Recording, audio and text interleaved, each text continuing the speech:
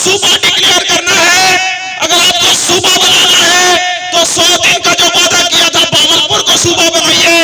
आपको सूबा बनाना है तो अहमदाबाद के अंदर 6 लाख शहीद हो गए थे, हजारों को सूबा बनाइए। आपको अगर सूबा बनाना है तो कराची में माजरों को सूबा दीजिए। आप हकूक की बात करते हैं, हमने कब आपसे हकूक तलब किए हैं? आपने हमेशा हमारे हकूक को सलब किया है। आपने कश्मीर कौंसिल के नाम पर, हमने मंगला डैम के नाम पर अपने बुजुर्गों की कब्रें तक आपको दे दी है। आप हमसे किस किस्म के हकूक की बात करते हैं? अगर आपने हकूक देने हैं तो जाइए बलोचिस्तान को हकूक दीजिए। अगर आपको हकूक देने हैं तो जाइए फाटा को हकूक दीजिए। हमें हकूक नहीं चाहिए, हमें अपनी शनाख्त चाहिए और शनाख्त के बाद हम हकूक की बात करेंगे। मेरे भाइयों, एक बात आप बम के दहल और गौर से सुनिएगा, यह हमारी शनाख्त का मसला है और शनाख्त से पहले हकूक नहीं हुआ करते।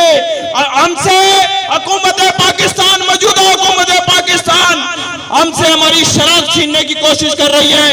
आप इस मुल्क को डिस्टेबलाइज करने की कोशिश कर रहे हैं। खोखला पार कराची से लेकर सियालकोट तक आपका बॉर्डर इंडिया के साथ लगता है, जिसकी पूरी सरहद एक्टिव है।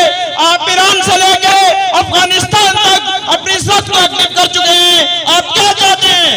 हम अपने लहू से, अपने भाइयों के लहू से गद्दारी नहीं करेंगे।